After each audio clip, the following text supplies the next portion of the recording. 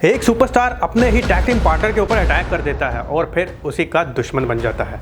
ऐसा WWE में कई बार हुआ है, लेकिन हम इस वीडियो में बात करेंगे टॉप 10 की, तो वीडियो को लास्ट तक जरूर देखिए। नंबर 1 पर है Kane turned on Rob Van Dam. Kane और ट्रिपल एच के दरमियान एक ऐसा मैच हुआ था जिसकी स्टिपुलेशन ऐसी थी कि अगर तो केन इस मैच को हार जाते हैं तो वो अपने मास्क को पहली बार उतार देंगे, और फिर ट्रिपल एच ने केन को हरा दिया और अब केन को WWE यूनिवर्स के सामने पहली बार अपना मास्क उतारना था। इस हार के बाद केन खुश ना थे, यानी वो अपना मास्क ही नहीं उतारना चाह रहे थे। तो फिर ये हुआ कि एवोल्यूशन के मेंबर्स ने केन के ऊपर अटैक करना शुरू कर दिया। केन के उस वक्त एक ही टैग टीम पार्टनर थे जो उनके बड़े ज़्यादा करीब थे, और वो थे रॉब वैन डैम। और रॉब वैन डैम भागते आए और केन को रेस्क्यू किया एवोल्यूशन से। केन पहले तो खुश थे कि उनको रेस्क्यू कर लिया गया है रॉब वैन डैम की तरफ से, लेकिन उसके बाद वो दोबारा से उनका चेहरा उतर गया क्योंकि उनको अपना मास्क अभी उतारना बाकी था। और फिर हिस्ट्री में पहली बार केन ने अपना मास्क उतार के फेंक दिया। क्राउड की तरफ से बहुत ही शॉकिंग रिएक्शन था क्योंकि केन का जो चेहरा था वो काफ़ी ज़्यादा स्ट्रेंज और अजीब किस्म का लग रहा था, जैसे कोई मॉन्स्टर हो या कोई किलर हो। केन के सर के ऊपर थोड़े से जैसे बाल थे और उसके बाद डार्क स्पॉट थे इनकी आइज़ के इर्द गिर्द। मास्क उतारने के बाद स्ट्रेंज लुक के साथ केन को न जाने क्या हुआ, इन्होंने एकदम से गुस्से के साथ वापस दिखा रॉब वैन डैम की तरफ, और रॉब वैन डैम यानी अपने ही टैग टीम पार्टनर को इन्होंने जोरदार तरीके से चौक स्लैम दे मारा। केन की लुक इतनी ज़्यादा दहशत ज़्यादा थी कि उसको देख के आज भी एहसास होता है कि that night was one of the most shocking night in WWE history. Number 2, the Usos turned on cousin Roman Reigns.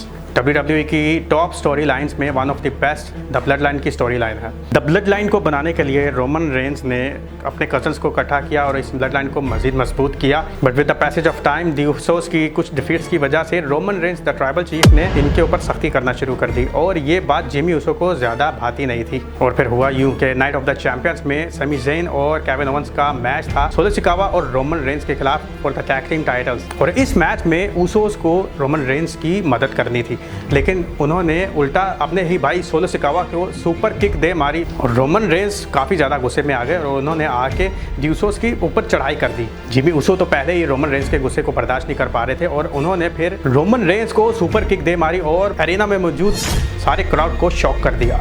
इस सुपर किक के बाद जिमी ऊसो का रिएक्शन जो था वो प्राइसलेस था। कुछ अरसे बाद तंग आकर जय ऊसो ने भी अपने ट्राइबल चीफ रोमन रेंज को सुपर किक दे मारी। ऊसोस की अपने ट्राइबल चीफ को इस तरह सुपर किक्स मारना one of the best memories है।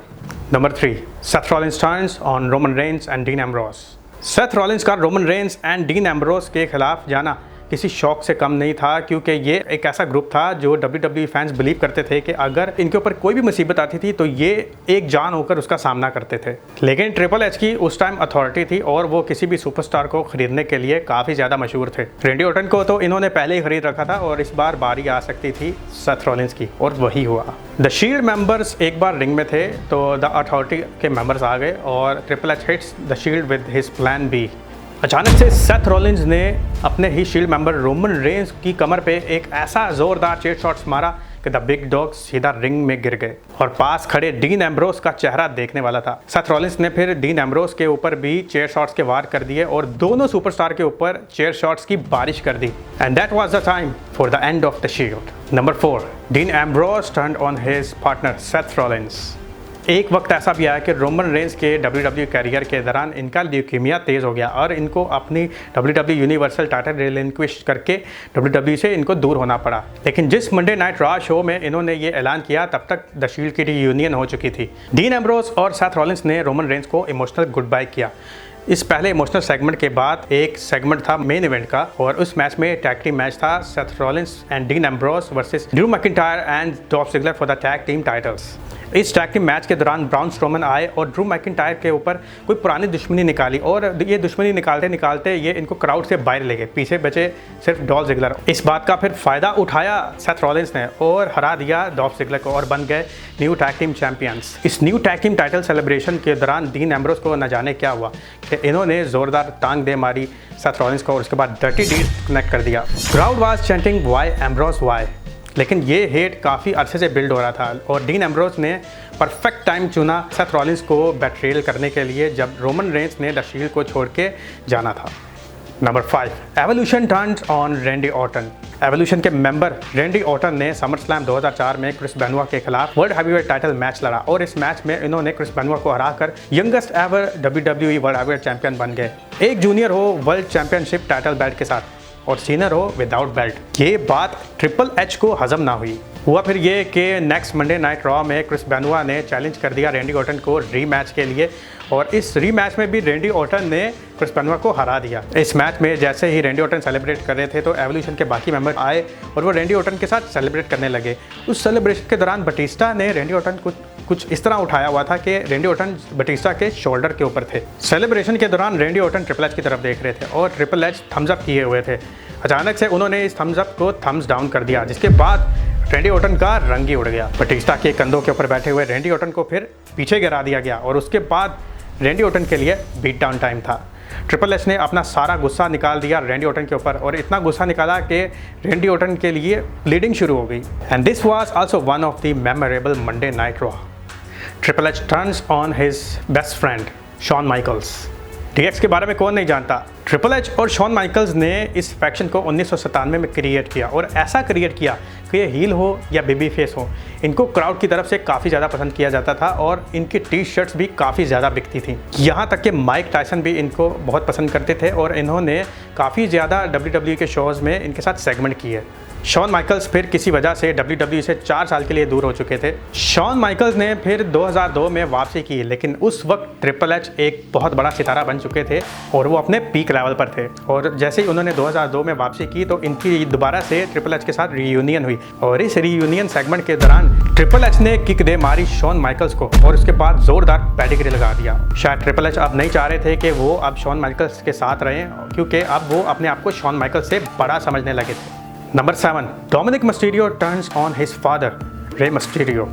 डोमिनिक मिस्टीरियो को रे मिस्टीरियो ने लगभग 2003 में WWE में इंट्रोड्यूस करवा दिया था, तब शायद वो 8 साल के थे। फिर कुछ अर्सा पहले रे मिस्टीरियो ने अपने बेटे डोमिनिक मिस्टीरियो को इंट्रोड्यूस करवाया और ये दोनों बाप बेटा टैग टीम लड़ते रहे और इन्होंने टैग टीम टाइटल्स भी जीते। लेकिन कुछ अर्से बाद जजमेंट डे ने डोमिनिक मिस्टीरियो के ऊपर प्रेशर डालना शुरू कर दिया कि आप हमारी फैक्शन को ज्वाइन करें, खासतौर पर रिया रिप्ली ने, जिन्होंने डोमिनिक मिस्टीरियो को डर्टी टॉम बनाने में कोई कसर ना छोड़ी। फिर क्लैश एट द कैसल में रे मिस्टीरियो को इनके अपने ही बेटे ने बैटरेल कर दिया जब इन्होंने ज़ोरदार क्लोज लाइन लगाई और उसके बाद इन्होंने जजमेंट डे ज्वाइन कर दी। ये दोनों बाप बेटा बाद में दुश्मन बन गए और यहाँ तक कि इनका मैच भी रेसलमेनिया के मौका पर हुआ, जिसमें रे मिस्टीरियो ने अपने बेटे की अच्छी खासी धुनाई की और इस मैच को अपने नाम किया था। Number 8, Jimmy Uso turns on his brother Jey Uso. Jimmy and Jey Uso WWE के one of the top tag teams हैं और ये WWE के longest rain tag team champion भी रह चुके हैं। इस मजबूत रिश्ते के बावजूद भी इनमें दरार पड़ गई। 2023 में एक ऐसा टाइम भी आया जब जे ऊसो जो जिमी ऊसो से ज़्यादा अच्छा परफॉर्म कर रहे हैं और जिमी ऊसो को ये बात शायद हजम ना हुई। जब समर स्लैम के मौका पर जे ऊसो का सामना हो रहा था रोमन रेंज के साथ, जब जे ऊसो विनिंग पोजीशन में लग रहे थे और 3 काउंट्स होने वाले थे तो किसी बंदे ने आकर जे ऊसो की टांग खींच दी और जैसे ही हुडी साइड पर की गई तो इनके अपने ही भाई निकले जिमी ऊसो और उसके बाद जे ऊसो शॉक में रह गए कि आखिर इसको हुआ क्या है। इसके बाद इन दोनों भाइयों के दरमियान WWE स्टोरी लाइन्स के मुताबिक अच्छी खासी लड़ाई रही और यहाँ तक कि रेसलमेनिया में इनका मैच भी हुआ। ये मैच इतना ज़्यादा अच्छे लेवल का नहीं था, लेकिन यह है कि मैच ज़रूर हो गया। लेकिन जो ये बैटरेल था जिमी ऊसो की तरफ से, ये वन ऑफ दी शॉकिंग था, क्योंकि अपने ही भाई को दूसरे भाई के साथ धोखा करते देखना ये रेयर सीन्स होते हैं। Number 9, Jey Uso turns on his friend Sami Zayn. Sami Zayn ने जब द ब्लड लाइन को ऊपर जाते देखा तो इन्होंने भी अपने रिश्ते ब्लड लाइन के साथ मजबूत करने की पूरी कोशिश कर दी। यहाँ तक कि इन्होंने रोमन रेंज के साथ बातचीत भी शुरू कर दी। लेकिन इस ब्लड लाइन में एक ऐसा बंदा था जो कि इनको नापसंद करता था और वो था जे ऊसो। इनको शायद लगता था कि Sami Zayn the Bloodline के साथ लॉयल नहीं है क्योंकि ये इनका ब्लड ही नहीं है। लेकिन वक्त के साथ साथ सैमी ज़ेन ने अपने आप को मनवा लिया और रोमन रेंज मजबूर हो गए सैमी ज़ेन को एक्सेप्ट करने के लिए। फिर एक ऐसा टाइम आया कि द ब्लड लाइन का टाकरा हुआ सैमी ज़ेन के बेस्ट फ्रेंड केविन ओवेंस के साथ, और ये सैमी ज़ेन के लिए कड़ा इम्तिहान था। इस फ्यूड के दौरान सैमी ज़ेन ने कई मौक़ों पे केविन ओवेंस का साथ देना शुरू कर दिया। जे उसो ने शो तो ना करवाया, लेकिन उनके अंदर कुछ ना कुछ सैमी ज़ेन के लिए ज़रूर था। फिर ऐसा मोमेंट आया कि जेमी उसो को लगा कि मेरा भाई जे उसो मुझे छोड़ जाएगा और सैमी ज़ेन के साथ मिल जाएगा, लेकिन जैसे ही सैमी ज़ेन को जे उसो ने हक किया तो उस हक के बाद जे उसो ने सैमी ज़ेन को ऐसा ज़ोरदार सुपर किक मारा कि सब शॉक हो गए और जिमी उसो के चेहरे के ऊपर स्माइल आ गई। And this was also one of the shocking moment. Number 10, Kevin Nash and Scott Hall turned on his NWO partner Hulk Hogan. NWO WWE और WCW का one of the top and famous group था, जिसमें शामिल थे Hulk Hogan, Scott Hall and Kevin Nash. जब ये group WCW में था तो इनमें अच्छी खासी यूनिटी थी और इन्होंने बड़े बड़े काम भी किए थे। लेकिन जब ये NWO WWE में आया तो हल्क होगन का मैच हुआ फिर द रॉक के साथ रेसलमेनिया 18 के मौका पर। इस मैच में द रॉक ने होगन को बेबस कर दिया और इनको हरा दिया। उस मैच के बाद होगन द रॉक से इतने इंप्रेस हुए कि इनके साथ हैंडशेक किया।